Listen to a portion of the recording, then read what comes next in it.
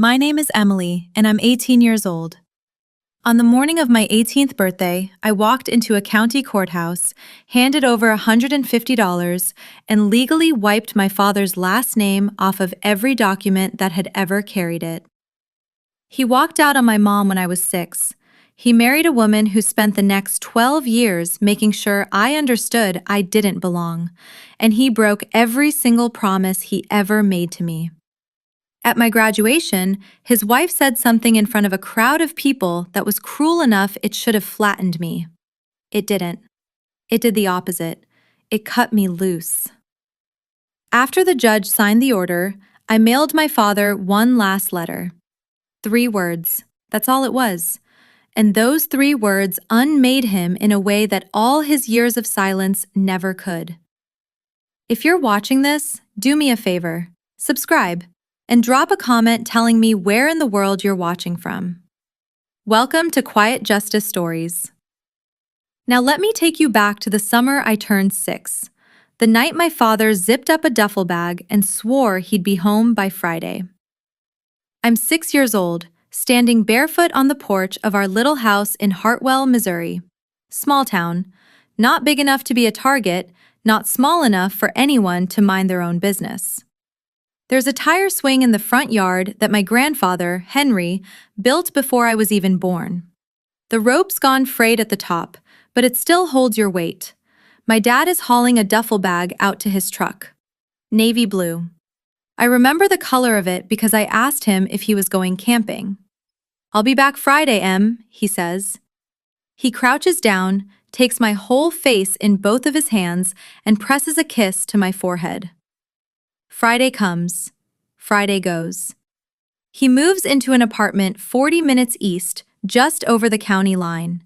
Close enough to drive in an hour, far enough to have an excuse for never doing it. My mom doesn't fall apart in front of me.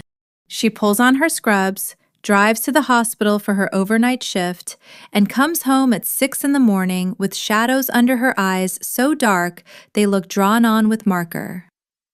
But I hear her through the bedroom wall every night for 2 solid weeks. The sound is low and smothered, like she's got her face buried in a pillow so I won't know. I know. Grandma Pearl moves in that same week. She arrives with her cast-iron skillet, her reading glasses, and a quilt she sewed years ago out of my grandfather's old flannel shirts. She makes the dinners, folds the laundry, drives me to school. She doesn't say a whole lot about my dad, just one thing. "Your daddy loves you, baby. He just forgot how to show it."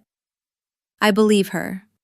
When you're 6, you believe your grandmother the way you believe in gravity. No questions, no proof required. I didn't yet know the name of the woman who was about to rearrange my entire childhood. Not then. But I'd learn it soon enough. Her name was Vanessa Sloan. She became Vanessa Sloan Carter on a Saturday in October when I was 7.5. The wedding was small, held in the backyard of her parents' house on the nice side of town, the side with the brick mailboxes and the lawn service trucks parked at the curb every Tuesday morning. I wear a yellow dress my mom picked out for me. My mom doesn't come. She drops me at the end of the driveway and says, "Have fun, sweetheart. I'll be back at 8. Vanessa smiles at me all through the ceremony. Afterward, she takes my hand and bends down until we're eye to eye. "We're going to be a family now, Emily." Her perfume smells like gardenias. Her grip is firm. I want to like her. I try. That night, after the cake and the toasts and the sparklers have all burned down, I'm sitting on the porch steps watching for my mom's headlights. The screen door is propped open a crack, and Vanessa's voice drifts out of the kitchen. She can see David, but not every weekend. "We need room to build our own life." "She's my daughter, Vanessa." "And I'm your wife. We're starting something new here. Sarah has her. The girl's fine." The girl. Not Emily. The girl. My dad mumbles something I can't catch. That flat, low voice he uses when he doesn't want to fight. Then nothing. Just the clink of plates being stacked. After that night, the visits start shrinking. Every weekend becomes every other weekend. Every other weekend becomes once a month. Once a month becomes whenever it works out. And it almost never works out. Vanessa never once says, "Don't bring her." She says, "Let's focus on us." She says, "Sarah has it handled." She says, "I only want what's best for everybody." Everybody except me. Here's what 12 years of broken promises looks like when you write it all down. I start keeping a notebook when I'm 8. A dollar store composition book, black and white marbled cover. I don't write in it because I'm angry. I write in it because I need proof. Proof that I'm not making it up. Proof that the promises were real, and the cancellations were real, and the silence that came afterward was real, too. Page 1. Dad said he'd come to my piano recital. March 12th. He didn't come. Page 4. Dad said he'd pick me up for Christmas Eve. December 24th. He called at 3 p.m. Something came up. Page 9. Dad said he'd call every Wednesday. Called 3 weeks, then stopped. Page 14. Dad said he'd take me fishing at Birchwood Lake, like Grandpa Henry used to. Saturday, June 8th. He texted at 7 a.m. Vanessa's not feeling well. Rain check. Rain check. That's his favorite phrase. In my father's world, rain checks never expire. They just stack up, one on top of the other, until neither of us bothers to bring them up anymore. The child support shows up on the first of every month. $725, direct deposit, never a day late. My dad clings to that number like it's a life raft. I know this because the one time my mom's friend asked him why he'd missed my school play, he said, "I take care of her." Check the bank statements. Money instead of showing up. That's his math. Grandma Pearl watches me filling the notebook one evening. She doesn't read it. She just looks at me over the top of her reading glasses and says, "You keeping score, baby?" "I'm keeping track," I tell her. She nods. Good. A woman should always know exactly where she stands. I didn't understand then that this notebook, this wrinkled, coffee-stained dollar store thing, would turn out to be the last piece I needed before I made the decision that changed my name and my life. I'm 12 the last time I eat Thanksgiving dinner under my father's roof. Vanessa hosts, and she's good at hosting. Cloth napkins, place cards in calligraphy, a turkey roasted golden and ready for a magazine. Her friends are there, her parents, a couple from their church. When I walk in, Vanessa introduces me to a woman I've never met. "This is David's daughter," she says. A little pause. "From before." Not Emily, not my stepdaughter. David's daughter from before, like I'm a piece of furniture left behind by whoever rented the place last. The woman smiles politely and moves along. At the table, there's no place card for me. 14 chairs, 14 cards, 14 names in Vanessa's careful hand. Not mine. I drag a folding chair in from the garage and wedge it between my dad and the wall. Half my plate hangs off the edge of the table. My dad sees it. His jaw goes tight. He opens his mouth. "Vanessa, maybe we could—" "It's fine, David." She doesn't even look up from the cranberry sauce. She doesn't mind. I eat. I clear my plate. I wash my own dishes. Then I slip into the hallway and call Grandma Pearl. "Come get me, Grandma." She doesn't ask why. She just says, 15 minutes, baby." In the car, Pearl doesn't push. She drives with one hand on the wheel and the other folded over mine. We stop at the diner out on Route 9 and split a slice of pumpkin pie. The waitress calls me Hun and tops off Pearl's coffee twice. "You don't have to earn a seat at anybody's table, Emily," Pearl says between bites. "You've already got one at ours." That Thanksgiving was the last time I set foot in Vanessa's house for a holiday. I never announced it. I just stopped going. The year I turned 14, my father forgets my birthday. Not the way you forget to grab milk on the way home. The way you forget the name of somebody you used to know completely, casually, without even noticing it slipped, until somebody else has to point it out to you. July 28th comes and goes. No call, no card, no text, nothing. On July 31st, 3 days late, my phone buzzes. One text from Dad. Sorry, Em. Crazy week. Happy belated. 2 words. Happy belated. Like I'm a coworker he can barely place. That same month, I find the photos. Vanessa posts them on Facebook in an album titled Our Little Family. David and Vanessa and their friends at a cookout. David and Vanessa dressed up at some charity gala. David grinning, holding a neighbor's baby. 12 photos. I scroll through every single one. I'm not in any of them. Not one. Our little family. Ours. I sit on the edge of my bed and stare at the word Carter on my school ID. Emily Carter. I say it out loud and listen for something. Recognition, belonging, pride, anything at all. All I hear is the name of a man who forgot my birthday and didn't catch it for 3 days. Grandma Pearl finds me out on the porch that evening, school ID still in my hand. What are you looking at? My last name. She sits down beside me, doesn't rush it. Pearl, I say, does your last name ever feel heavy? She thinks about it, really thinks. Then, a name is only as heavy as the person who handed it to you, baby. If they made it light, with love, by showing up, then you carry it easy. If they didn't, she shrugs, then it's just weight. After that night, every time someone called me Emily Carter, I felt it. The weight. The text comes through on a Tuesday afternoon. I'm 16, working the register at Mrs. Bishop's bookshop after school. My phone lights up on the counter. Dad. You have a brother now. William David Carter, 7 pounds, 4 ounces. Mom and baby doing great. Mom and baby. He means Vanessa and the baby. Mom. I stare at the screen long enough that Mrs. Bishop notices. Everything all right, Emily? Fine, I say. Family stuff. I delete the text and go back to shelving paperbacks. That weekend, Vanessa calls Grandma Pearl, not my mom, not me, but Pearl, to announce the news the proper way. Pearl listens, congratulates her, hangs up. Then she sits across from me at the kitchen table.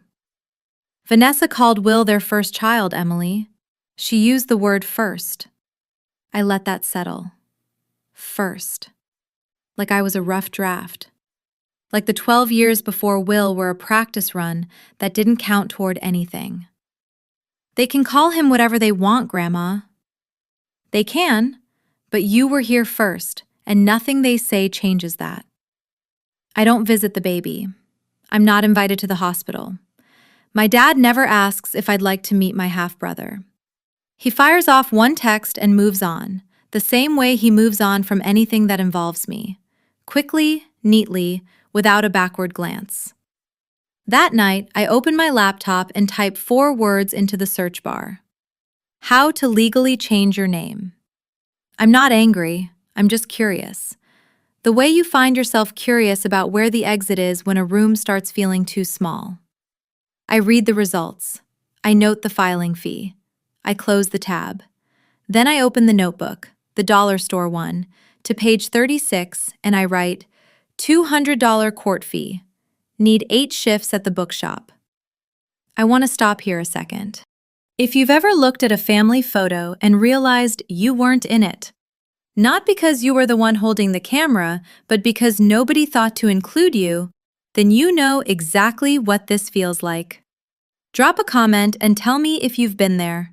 And if this is hitting close to home, go ahead and hit subscribe, because what happened at my graduation is something I still turn over in my head almost every day. 2 months before graduation, I pick up the phone and call my father. I don't even know why. Maybe it's the last flicker of that stupid little flame I'd been carrying since I was 6. The one that whispers, maybe this time. Maybe I just want to know for sure. He answers on the third ring. A TV's going in the background. I can hear Will babbling. Dad, graduation is June 14th. I'll be there, Em. His voice is easy, automatic. The way you'd say sure to grabbing milk on the way home. You said that about the recital. A pause. The TV goes quieter. This is different, I promise. Okay. I hang up and lay the phone face down on my desk. I don't feel hopeful. I don't feel sad. I feel that flat, level calm I've learned to keep where my father is concerned. The calm of someone holding a lottery ticket they already know won't hit, but bought anyway. Because the ticket's cheaper than the hoping. Downstairs, my mom is packing her bag for the night shift. She pauses in the kitchen doorway. He said he'll come. He said a lot of things. She nods, slow, and zips the bag. She doesn't push. She spent 12 years not pushing. Not bad-mouthing David, not poisoning the well. Just quietly being both parents while he was off somewhere being neither. I stopped believing in my father's promises around the same age I stopped believing in the tooth fairy. The difference is, the tooth fairy at least left something under the pillow. That night I opened the notebook. Page 41. June 14th. Graduation. Dad says he'll be there. I leave the line below it empty. I'll fill it in after. Graduation day. June 14th. The football field at Hartwell High. Bleachers in rows, folding chairs lined up on the 50-yard line for the seniors. The sky's that washed-out Missouri blue, like somebody left it out in the sun too long. I'm in my cap and gown, royal blue, gold tassel. Sitting in the third row of the senior section, alphabetical by last name. C for Carter. Not for much longer. I scan the bleachers. Grandma Pearl is up in the 5th row in her Sunday hat. My mom is right beside her, still in her scrubs. She traded a shift to be here. Pearl is already dabbing at her eyes and the ceremony hasn't even started. Then I spot him. My father. 4th row, far left.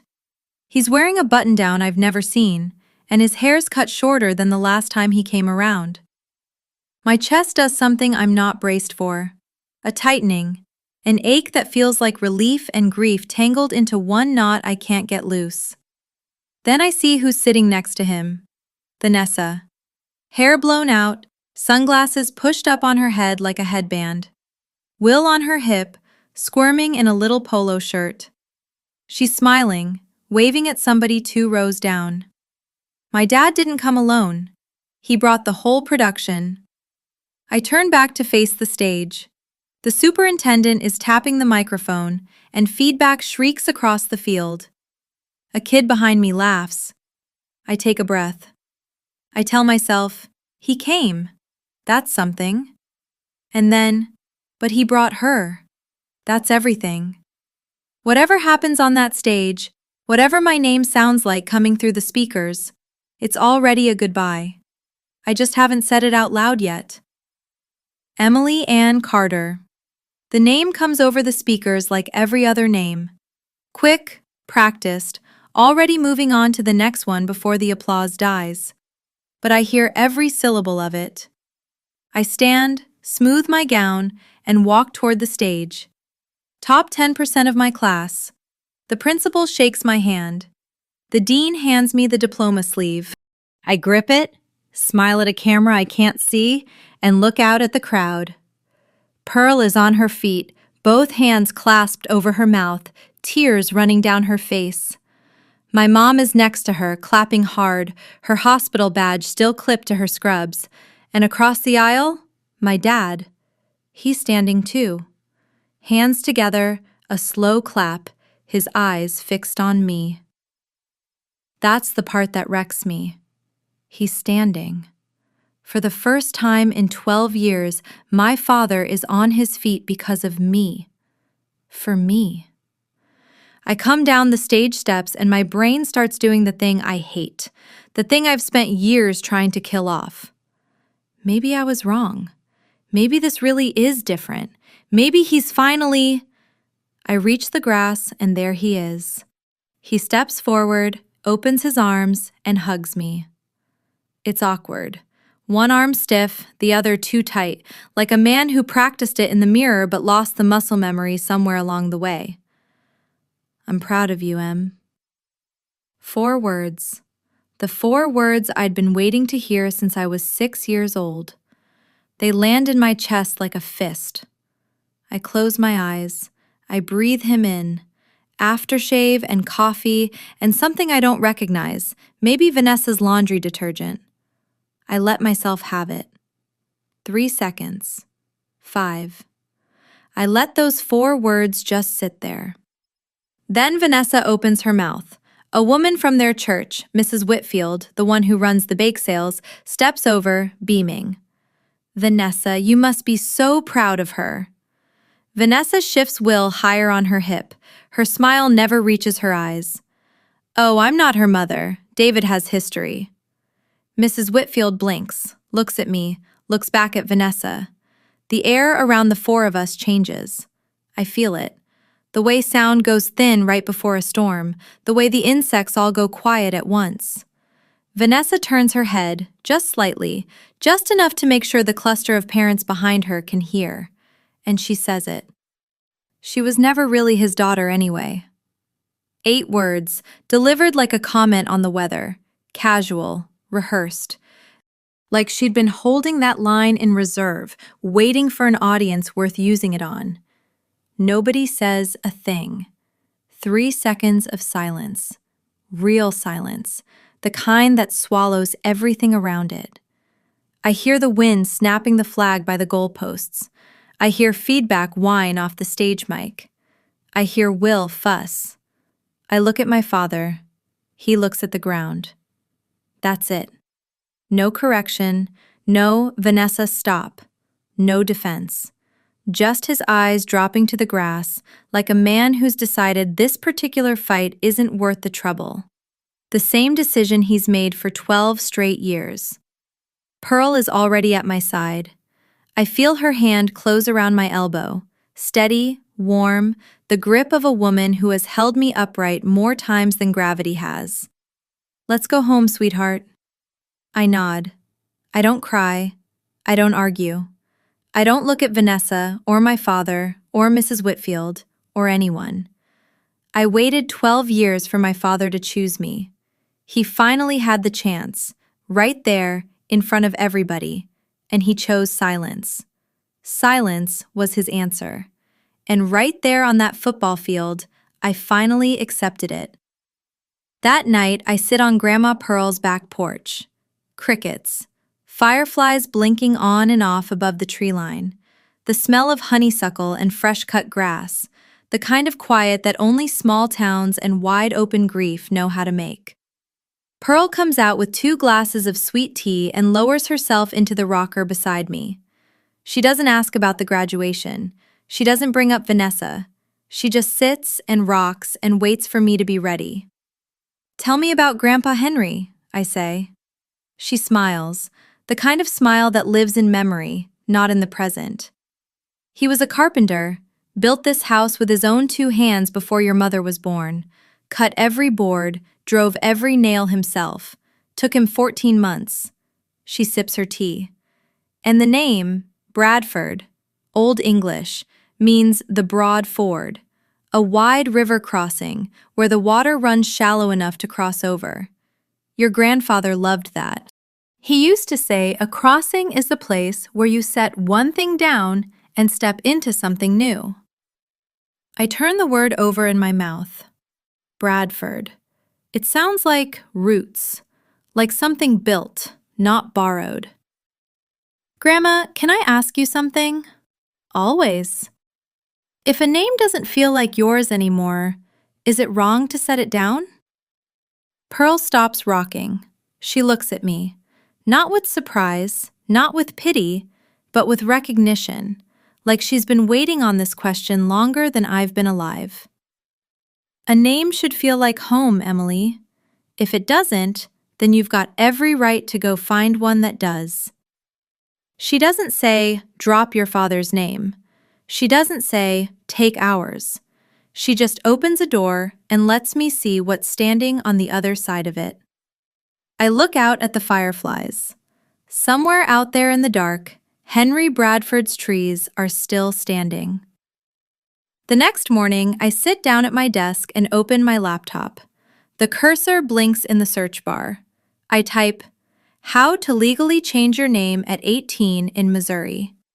This time, I don't close the tab. The process is simpler than I expected. File a petition at the circuit court. Pay the filing fee, $150 in our county. Wait 4 to 6 weeks for a hearing date. Stand in front of a judge. If nobody objects and there's no legal reason to deny it, the judge signs the order. After that, you update your Social Security record, your driver's license, your school files. New name, new documents, new everything. Nobody's permission required. At 18, it's my decision and mine alone. I open my banking app. $312.47. Every dollar of it earned at Mrs. Bishop's bookshop. $9.50 an hour, shelving paperbacks and ringing up the register after school. Enough for the filing fee, the document updates, and a little left over. I do the math. My birthday is July 28th. If I file the petition during my birthday week, the hearing should land in early September, before community college orientation. I'd walk into my first class already wearing my new name. I pick up a pen and open the notebook to page 43. Below the long ledger of broken promises and canceled visits, I write 2 words in careful block letters. New name, Emily Bradford. I look at it. I say it softly to myself. It doesn't sound like revenge. It doesn't sound like anger. It sounds like the name of a girl who chose her own crossing. I close the notebook. Tucked between the pages, there's a folded slip of paper, the kind you tear off a legal pad. I don't know yet what I'll write on it, but I know it'll be short.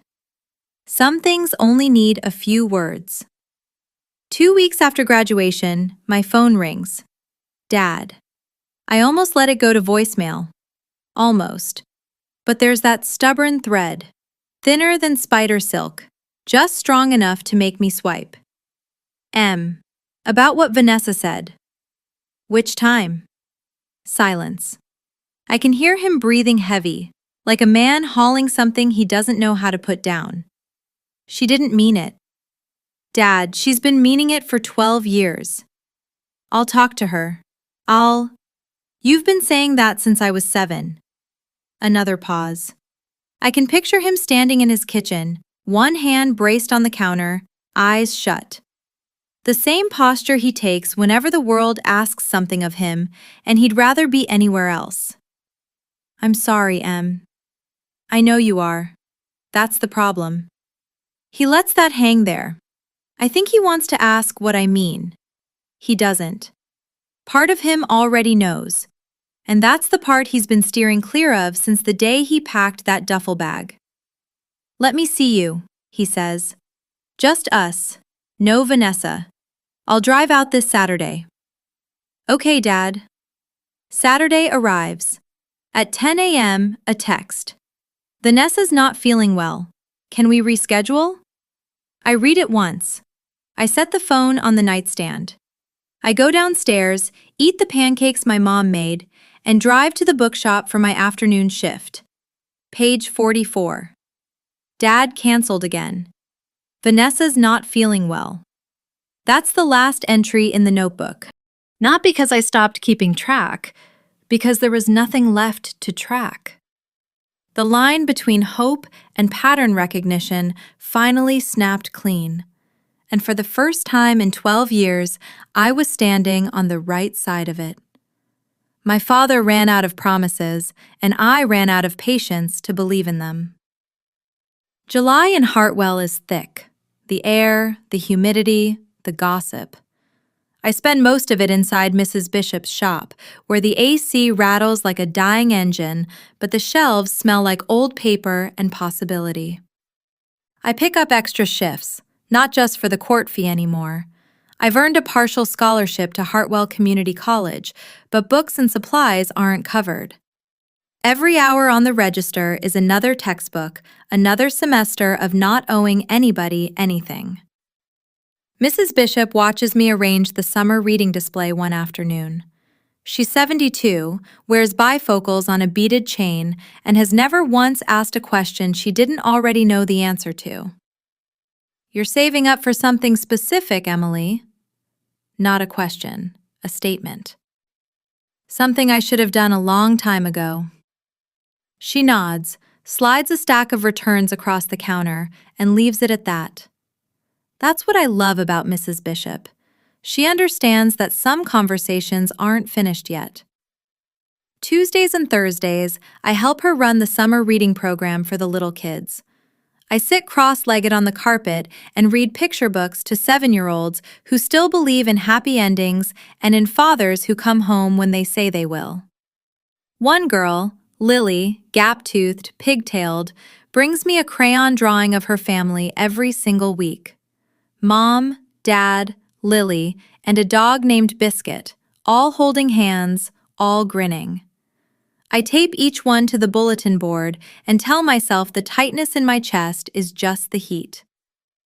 At home, my mom notices the extra hours. She asks over dinner, casual, stirring her iced tea. "You're working more than usual." "I'll tell you soon, Mom. I just want to be sure first." She looks at me, nods, and trusts me enough not to press. The phone call comes from Mrs. Whitfield. Yes, the same Mrs. Whitfield from graduation. The bake sale organizer. The woman who stood 3 feet away while Vanessa delivered the line that split my life down the middle. "Emily, I don't want to stir anything up, but I thought you should know." She tells me she'd been at Vanessa's house for a Bible study group. In the hallway, there's a wall of framed photos. The family wall, Vanessa calls it. Mrs. Whitfield had seen it before. The wedding, the holidays, Will's newborn shoot. But there used to be one photo near the bottom. David holding a little girl with messy pigtails. Me, age 4, sitting on his lap at some county fair, cotton candy clutched in one fist. That photo's gone now. In its place, a studio portrait. David, Vanessa, and Will. Matching outfits, white backdrop. The kind of photo that announces, this is the real family. She said she'd updated the wall, Mrs. Whitfield tells me. I thought you should know. I thank her. I hang up. I sit on the edge of my bed for a long while. She didn't just take down a photo. She took down the proof that I'd ever been part of his life at all. She edited me out of his family like a typo. Corrected, deleted, overwritten with a version she liked better. I don't call my dad. I don't ask him why. I already know why. Vanessa needed a clean story, and I was the smudge on it. I open the notebook. I read every page. 8 years of broken promises in my own handwriting, the letters changing as I grew, from the round, careful print of a 3rd grader to the tight, sharp slant I write with now. I read the last page, new name, Emily Bradford. I close the notebook, set it on my desk, and say one word out loud. Okay. July 28th, my 18th birthday. Morning light coming through the kitchen window.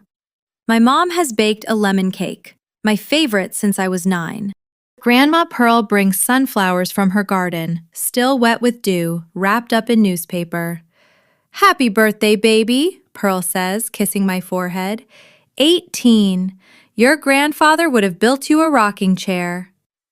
We eat cake for breakfast because there are no rules on a birthday. My mom sings off-key. Pearl hums along. The kitchen is warm and yellow and smells like sugar and butter and home. At 9:47 a.m., my phone buzzes. Dad. Happy birthday, Em. 3 words. No call, no card, no mention of seeing me. Just a text that takes less effort than ordering a coffee. I set the phone face down on the counter. My mom sees. She doesn't say anything. After breakfast, I sit my mom and Pearl down at the kitchen table. My hands are steady, my voice is clear. I want to change my last name to Bradford. The kitchen goes quiet. Pearl's hand finds mine across the table. My mom doesn't answer right away. She studies me the way she studies an X-ray at work, carefully, thoroughly, checking for fractures. Are you sure this is what you want, Emily? Not what anger wants? I'm not angry, Mom. I'm just done waiting. She holds my eyes, searching. Whatever she finds there, it's enough. Her shoulders drop and she nods, slow, certain.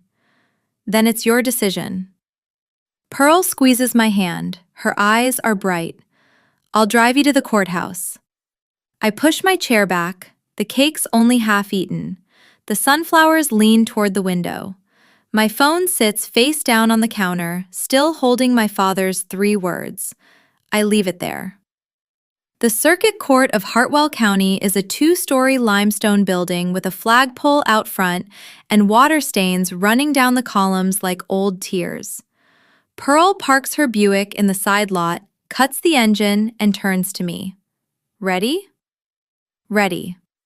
I'm wearing a white button-down, the one my mom ironed that morning without being asked, pressing each crease flat like she was sealing an envelope shut. I don't know why the shirt matters, but it does. It feels like armor. Inside, the clerk's office smells like toner and floor wax. A woman behind the counter, reading glasses and a lanyard, looks up as I approach. I'd like to file a petition for a legal name change. She hands me a form, 4 pages. I fill it out right there at the counter, pen steady, print legible. Current legal name, Emily Ann Carter. Requested legal name. I pause. Think of Henry. Think of Pearl. Think of broad fords and crossing places.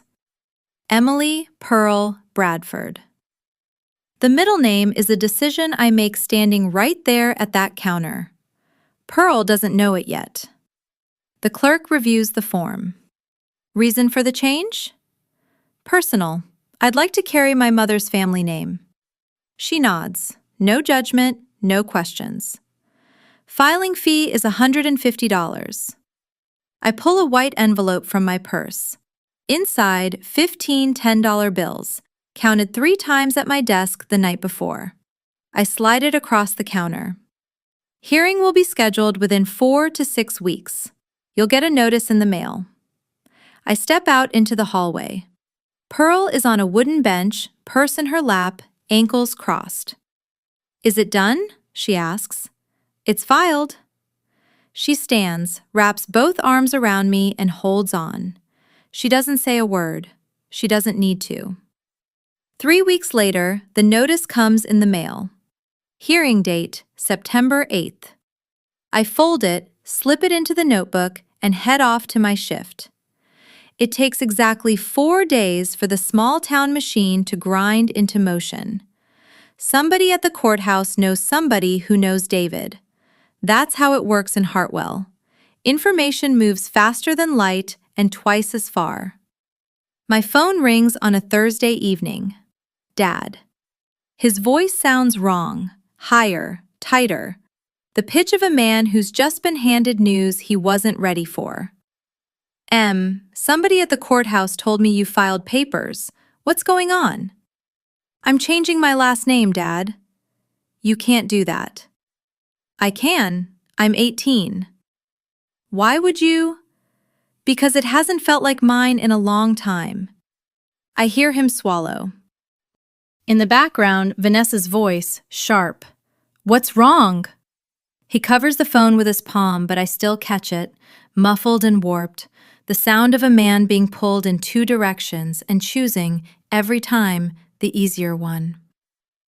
Emily, please, let me fix this. You had 12 years to fix this. Vanessa didn't mean, stop. The word lands like a door clicking shut. He goes quiet. I can hear him breathing through his nose. the sound of someone who's out of arguments but isn't ready to stop talking.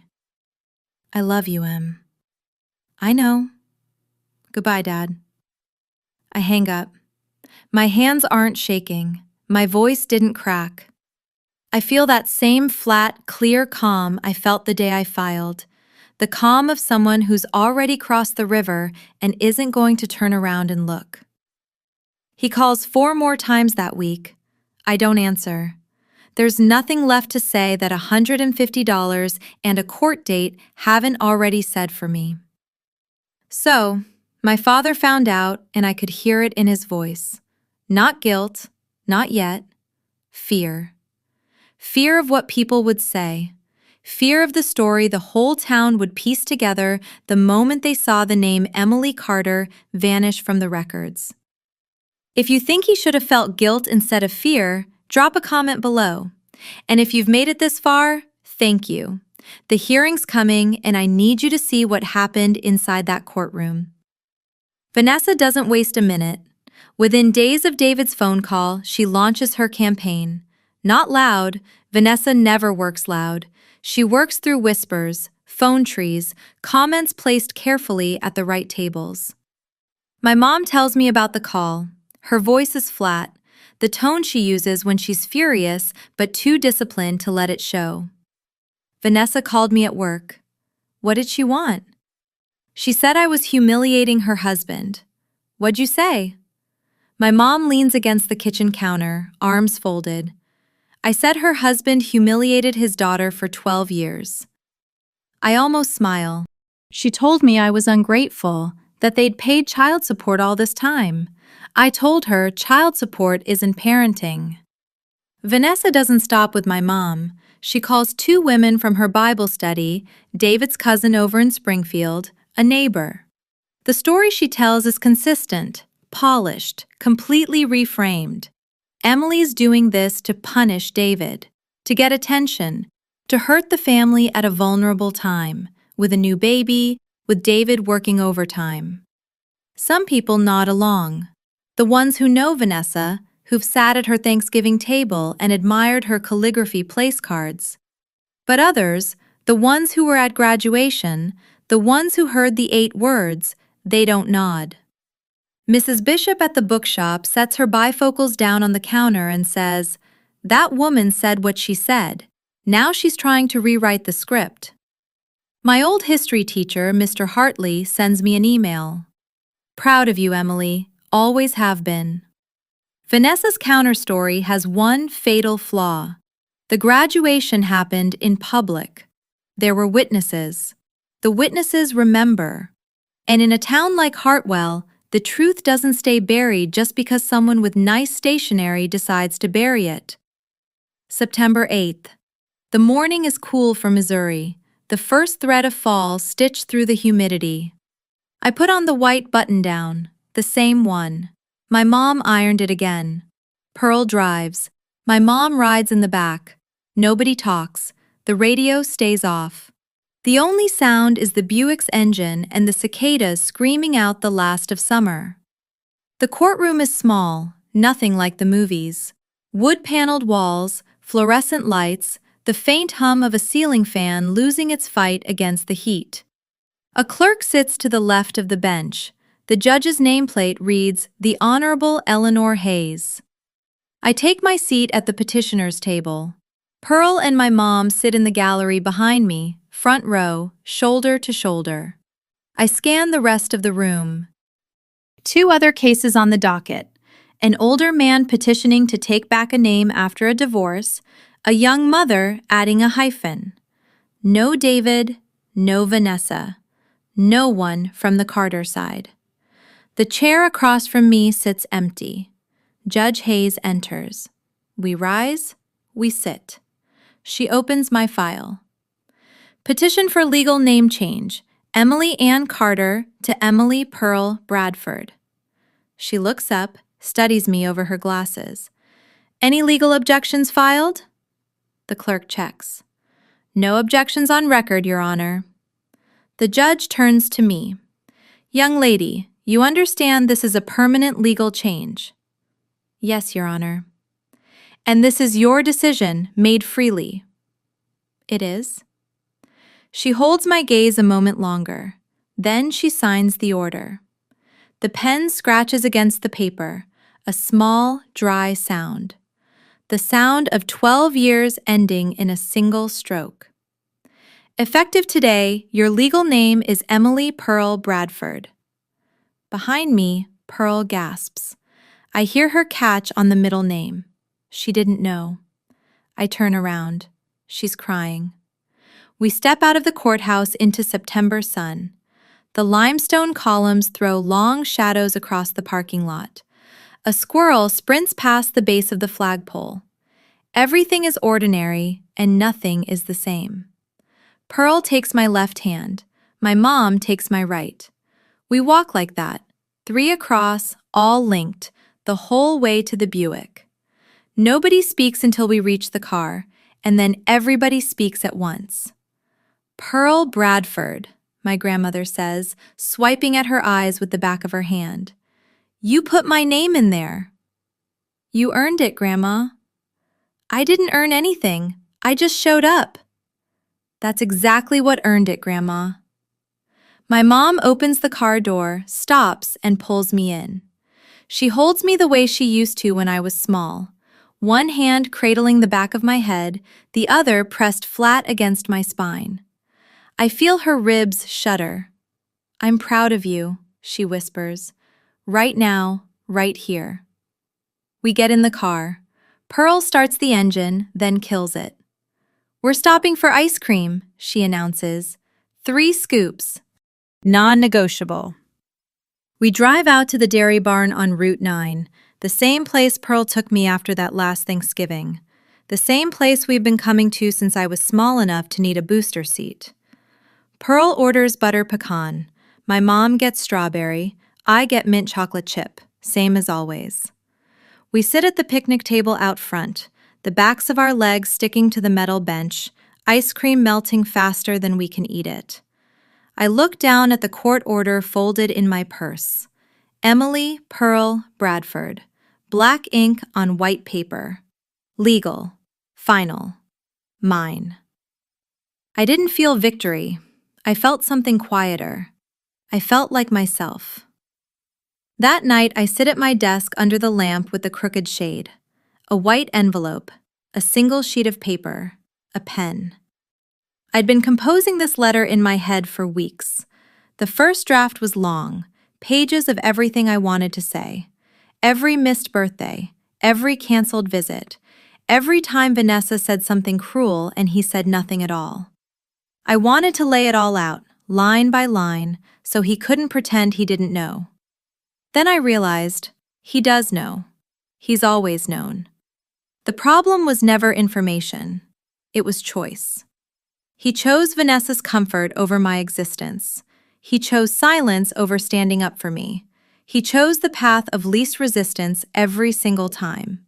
And 12 years of least resistance carved a canyon between us that no letter could ever bridge. So I don't need paragraphs. I don't need arguments. I just need him to hear the one truth he can't talk his way out of. I uncap the pen. I write 3 words. She was right. 3 words.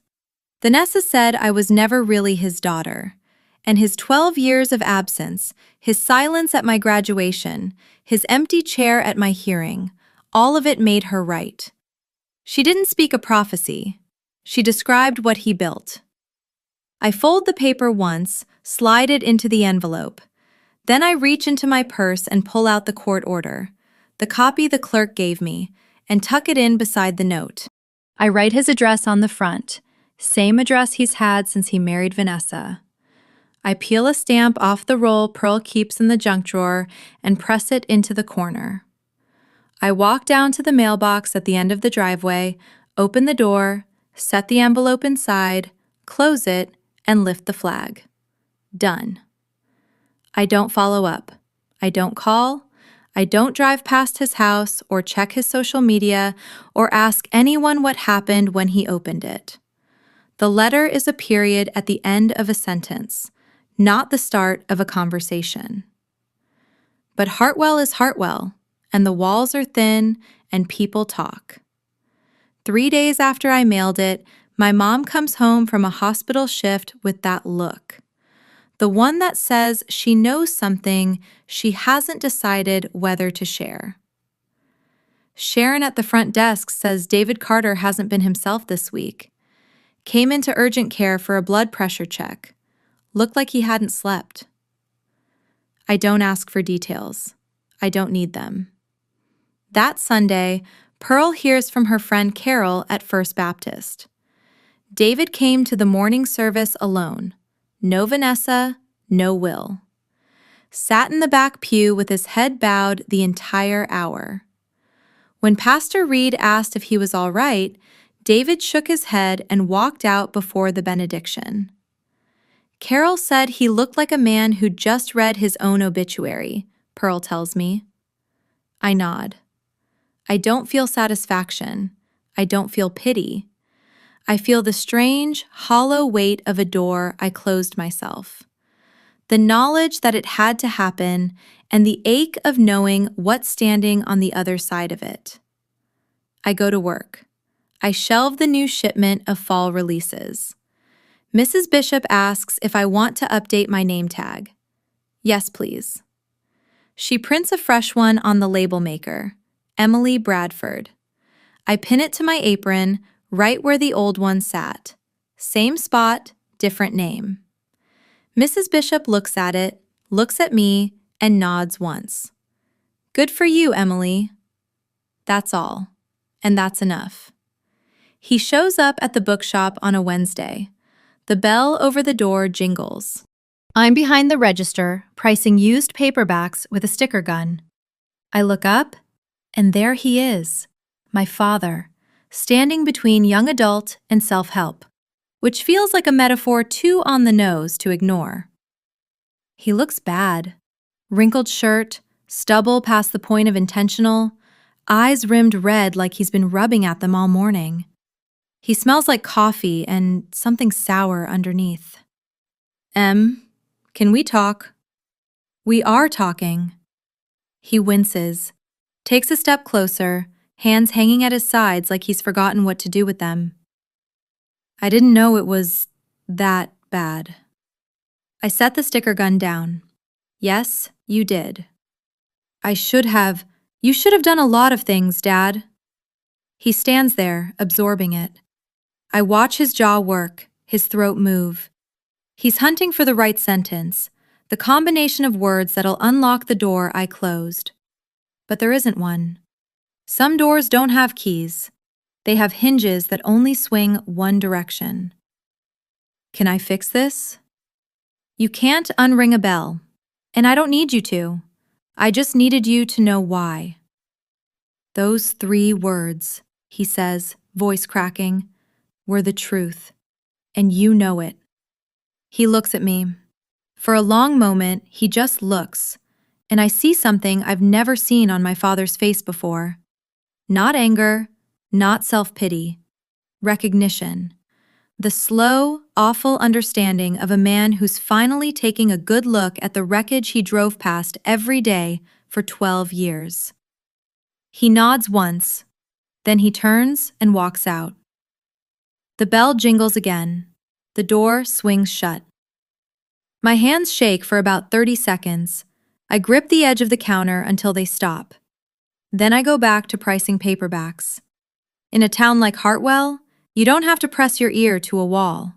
The walls talk on their own.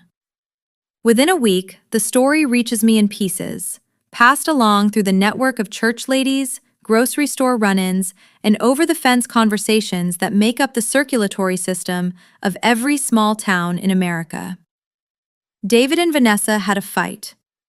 A real one. Not the carefully modulated disagreements Vanessa usually orchestrates, but the kind that rattles windows and sends the neighbors retreating to the far ends of their yards. The details come through Mrs. Whitfield, who heard from her neighbor who lives 2 doors down from the Carters. Vanessa, this is your fault. You let her do this, David. And here's the part everybody repeats, the part that travels the farthest because the people of Hartwell have been waiting 12 years to hear David Carter push back on anything. You told her she was never my daughter. At her graduation, in front of everyone. Vanessa started to answer. You were right, Vanessa. That's what she wrote. She was right. And she is. Because I let you make it true. I'm told Vanessa went silent after that. Nobody could say how long the quiet lasted, but the neighbor said it was the first time in 11 years they hadn't heard her voice carrying out across the evening air. I hear all of this secondhand. I never ask for it. I never comment on it. I don't call my dad to see how he's holding up, and I don't call Vanessa to twist the knife. The 3 words did their work. Not as a weapon, but as a mirror. And the thing about a mirror is, you can't argue with what it shows you. You can only stand there and look. In the weeks that follow, the name change settles over Hartwell the way all news settles over a small town, in layers, each one thinner than the last, until it becomes part of the background hum. Mrs. Bishop is the first to say it out loud at the shop. She adjusts her bifocals, reads my new name tag, and says, "Bradford suits you." Then she asks me to reorganize the children's section, and life goes on. Mr. Hartley, my old history teacher, the one who wrote my recommendation letter, sends a follow-up email. I always knew you were stronger than your circumstances. Your grandfather Henry would be proud. The librarian at the public library updates my card without a word. The woman at the DMV processes my new license with the same bored efficiency she brings to everything. "Smile," she says, and the camera flashes. On the other side of town, the ripples are less gentle. 2 of Vanessa's Bible study friends stop returning her calls. Not dramatically, not with a confrontation. Just the slow withdrawal that happens when people decide they'd rather not be tied to a story they were wrong about. The graduation moment gets retold at potlucks and in hair salons, and with each retelling, Vanessa gets a little more vivid, her words a little sharper. David starts attending First Baptist alone, every Sunday, back pew. Vanessa stays home with Will. I don't track any of this on purpose. I hear it the way you hear a weather report, passively, from the edges of other conversations. I'm busy. Social Security update, driver's license, college enrollment forms. Each one stamped, signed, filed under Emily Pearl Bradford. Each form is a small act of building. I'm not tearing anything down. I'm putting up something that should have existed all along, a name that's actually mine. It happens on a Tuesday night. Nothing special about it. No anniversary, no trigger. Just my mom and me at the kitchen table. Leftover pasta and the low hum of the refrigerator. My mom pushes her plate aside and folds her hands. She does this when she's about to say something she's been holding for a while. I've seen her do it before delivering bad news at the hospital. "I never said a bad word about your father in front of you. You know that." "I know, Mom. I made that choice early, when you were small. I didn't want you carrying my anger on top of your own." "It was the right call." She shakes her head. "Maybe, but I should have told you sooner that you didn't owe him your patience. It was never your job to keep showing up for him. It was his job not to need you to." That lands. I see it hit. Her chin drops a little. Her eyes go bright. And for the first time since I was 6 years old, my mother cries in front of me. Not the muffled, pillow-pressed crying I used to hear through the wall as a kid. Real tears, unguarded, running down her face in the kitchen light. "I'm sorry I couldn't protect you from all of it. You did protect me. You and Grandma, every single day. That's why I'm Bradford now." She reaches across the table. I take her hand. Her grip is the same one she uses in the ER. Strong, steady, built to hold someone together when everything's coming apart. We sit there a while. The pasta goes cold, the refrigerator hums, the kitchen light makes everything soft and yellow. "Your father doesn't deserve you," she says quietly. I know, but I didn't do this because of him. I did it because of me. September 15th, first day at Hartwell Community College. The campus is 3 brick buildings around a parking lot. Nothing fancy. But the air smells like new notebooks and fresh starts. I'm in the second row of Intro to English Composition, room 204, fluorescent lights buzzing overhead. The professor, Dr. Mercer, short gray hair, a voice like warm gravel, opens her roster and starts calling names. Adams, Alvarez, Anderson. Each one answered with a here or a raised hand. Emily Bradford. Here. One word. 2 syllables of a name I've had for exactly 7 days. I hear it come back to me out of the professor's mouth, and it fits. The way a key fits a lock you didn't even realize was stuck. Bradford. Here. Present. Accounted for. A girl next to me, red hair, freckles, a notebook already covered in doodles, leans over. Bradford. That's a cool name. Is it Irish? English, I say.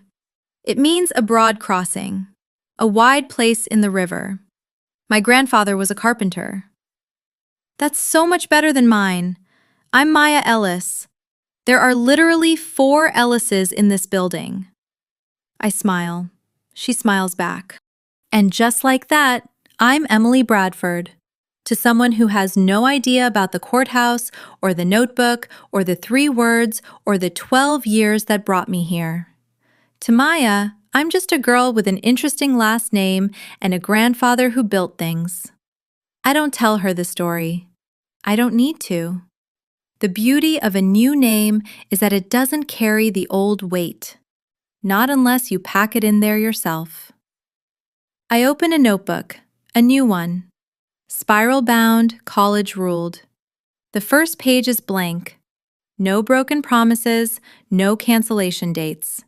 Just white space, waiting to be filled with something I get to choose.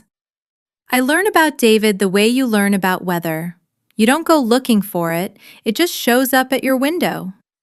Pearl tells me over Sunday dinner that he started seeing a counselor over in Springfield. Drives 40 minutes each way, twice a week. She heard it from Carol at church, who heard it from the counselor's receptionist. Because in Hartwell, even therapy can't quite hide behind a closed door. He's going on his own, Pearl adds. Vanessa didn't want him to, said he was making a scene out of nothing. I set my fork down. Good for him. You okay with that? He's doing what he should have done 12 years ago. It's late, but it's not nothing. David and Vanessa don't divorce. That's not how this kind of story ends. Cleanly, dramatically, with papers signed and boxes packed in the driveway. Instead, the dynamic shifts. Vanessa's voice in the house gets quieter. David's gets steadier. The balance changes, the way a house settles after years of leaning too far in one direction. A month after the hearing, a letter arrives at our house. Handwritten. David's blocky print on a sheet of lined paper. No return address, but I'd know the handwriting anywhere. I open it at my desk. He writes that he's sorry. He writes that he knows sorry isn't enough. He writes that he isn't asking me to come back or to forgive him or to pretend any of it didn't happen. He writes that he's trying to understand how he let it get this far, and that he's starting to find answers he doesn't like. The letter is 2 pages long. It's the most words my father has given me since I was 6. I fold it, put it in my desk drawer, and close it. I don't throw it away. I don't write back. Some letters deserve to be kept. Not all of them deserve a reply. The new driver's license arrives on a Thursday. I pick it up at the DMV counter, sign the digital pad, and step aside to look at it under the fluorescent lights. Emily Pearl Bradford. Brown hair, hazel eyes, 5 feet 6 inches. Organ donor. The photo's better than my old one. Something about the expression. In the last photo, I looked like someone waiting for permission. In this one, I look like someone who stopped asking. I run my thumb across the name. The plastic is smooth, the lettering small and official. The kind that says, "This is who you are," according to the state of Missouri. But it feels bigger than the state of Missouri. It feels like the first honest document I've ever held. At home, Pearl asks to see it. I hand it over. She holds it at arm's length, bifocals in her other hand, and reads every line. "Look at that," she says. "You've got your grandfather's name, and a much better photo than mine."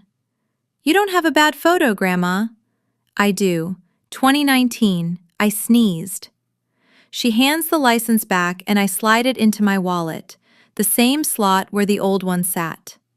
The slot where Emily Carter lived for 2 years and 3 months. It fits the same way. It weighs the same way. The difference is invisible to anybody else, but I feel it. I feel the absence of a name that never felt like mine and the presence of one that finally does. It's not dramatic. It's not cinematic.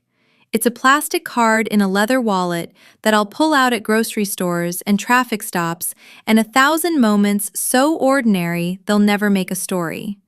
And that's exactly the point. My name doesn't need to be a story anymore. It just needs to be mine. That weekend, I clean my room. Not the kind of cleaning where you shove everything in the closet and call it done. The real kind, where you drag the boxes out from under the bed and decide what stays and what goes. I find the notebook at the bottom of a stack, wedged between a 5th grade spelling bee trophy and a shoebox full of birthday cards from Pearl. I sit down cross-legged on the floor and open it. Page 1. Round, careful handwriting, the kind a 3rd grader uses when she's trying to get every letter exactly right. Dad said he'd come to my piano recital, March 12th. He didn't come. Page 20. The writing's sharper now, leaning forward, the letters growing taller and tighter. Dad canceled the county fair trip, work emergency. Page 36. Almost my hand as it is now. $200 court fee, need 8 shifts at the bookshop. Page 44. The last entry. Dad canceled again. Vanessa's not feeling well. 47 promises, 47 broken. Written in ink that changes color across 8 years. Blue, black, purple, back to black because I used whatever pen was within reach. The notebook is wrinkled, coffee-stained, the spine cracked from being opened and closed so many times. I close it. I don't tear out the pages. I don't burn it. I don't drop it in the trash with some speech about letting go. I put it in a cardboard box under my bed, next to a stuffed bear named Captain and my 5th grade class photo. Things from a life I've outgrown but haven't thrown away. I don't need the notebook anymore, but I keep it, because it proves I wasn't making any of it up. Every promise, every cancellation, every rain check and crazy week, all documented in a child's handwriting that slowly grew into a woman's. Proof that I gave him every chance. I want to be honest with you about something. I didn't change my name to hurt my father. I changed it because carrying his name was hurting me. Every time a teacher read Emily Carter off the roll, I heard the echo of a man who swore he'd be back by Friday. Every time I signed my name, on a test, a job application, a birthday card, I was writing the signature of someone who'd chosen not to show up. For 12 years, I believed that if I was just good enough, grades high enough, behavior perfect enough, patient enough, my dad would come back. That he'd see what he was missing and choose me. He didn't. And I want you to hear this part clearly. That was his failure, not mine. A child should never have to earn her father's presence. Presence isn't a reward. It's a responsibility. The 3 words I wrote in that letter weren't revenge. They were a mirror.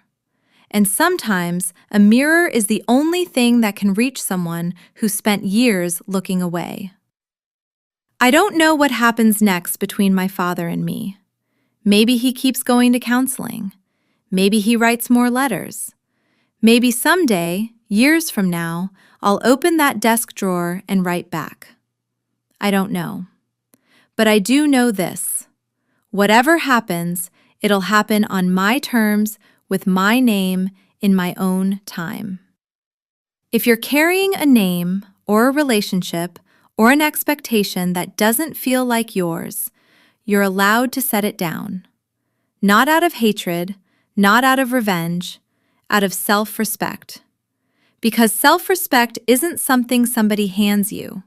It's something you build, one decision at a time, until it can finally hold your weight. My name is Emily Pearl Bradford, and for the first time in my life, my name sounds like me. It's October now. The trees along Grandma Pearl's property line have turned gold. The porch light throws a warm circle across the floorboards. Crickets. The smell of wood smoke from somebody's chimney down the road. I sit in the rocker on the left. Pearl sits in the one on the right. 2 cups of chamomile, steam curling up into the cool air. We've been sitting out here together since I was small enough to fit on her lap, and the rhythm hasn't changed. Rock forward, rock back. Let the silence do the talking. You know what your grandfather would say right now? Pearl asks. What? She grins, the slow, full grin she saves for moments that really matter. He'd say, "About time." I laugh, really laugh, the kind that starts down in your chest and works its way up until your whole body's in on it. Pearl joins in, her rocker creaking faster, tea sloshing over the rim of her mug. We laugh until the crickets go quiet and the porch light flickers.